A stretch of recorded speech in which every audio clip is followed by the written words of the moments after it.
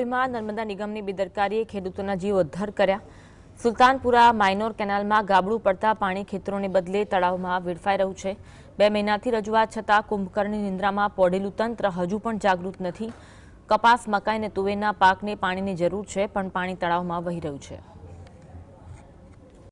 વડોદરા જિલ્લાના ડભોઈ તાલુકાના સુલતાનપુરા પારીખા માઇનોર કેનાલમાં મોટું ગાબડું પડ્યું છે। આ ગાબડાને કારણે કેનાલનું કિંમતી પાણી ખેતરોમાં પહોંચવાને બદલે નજીકના તળાવમાં વહી રહ્યું છે। કેનાલમાં ગાબડું પડવાથી 4 ગામના ખેડૂતો મુશ્કેલીમાં મુકાયા છે। સિંચાઈનું પાણી અટકી જતા ખેડૂતોમાં ભારે રોષ અને ચિંતા જોવા મળી રહી છે।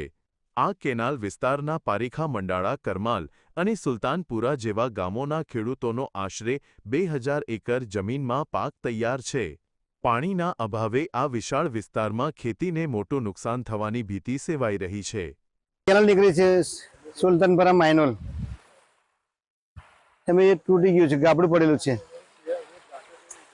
એ સાહેબને રજૂઆત કરી અમે કે ભાઈ સુલતાનપુરા માઇનોર તૂટી જાય છે, એ રિપેર કરવાનું છે। હવે એમાં પાણી આવે છે, આગળ તૂટી જાય આગળ પાણી આવે છે કરમાલ, મંડાળા, સુલતાનપુરા, પારીખા 2001 એકર જમીન છે। હાલમાં ખેતરોમાં મકાઈ, તુવેર, દિવેલા અને કપાસ જેવા મહત્વના પાક ઊભા છે। આ પાકને અત્યારે પાણીની તાતી જરૂરિયાત છે, પરંતુ કેનાલ તૂટેલી હોવાથી પાણી નહીં મળતા ખેડૂતોને આર્થિક પાયમાલીનો ડર સતાવી રહ્યો છે। સ્થાનિક ખેડૂતો છેલ્લા 2 માસથી નર્મદા નિગમના અધિકારીઓને આ અંગે રજૂઆત કરી રહ્યા છે। આમ છતાં તંત્ર દ્વારા ગાબડાના સમારકામમાં ઘોર આળસ દાખવવામાં આવી રહી છે, જે અધિકારીઓની બેદરકારી છતી કરે છે।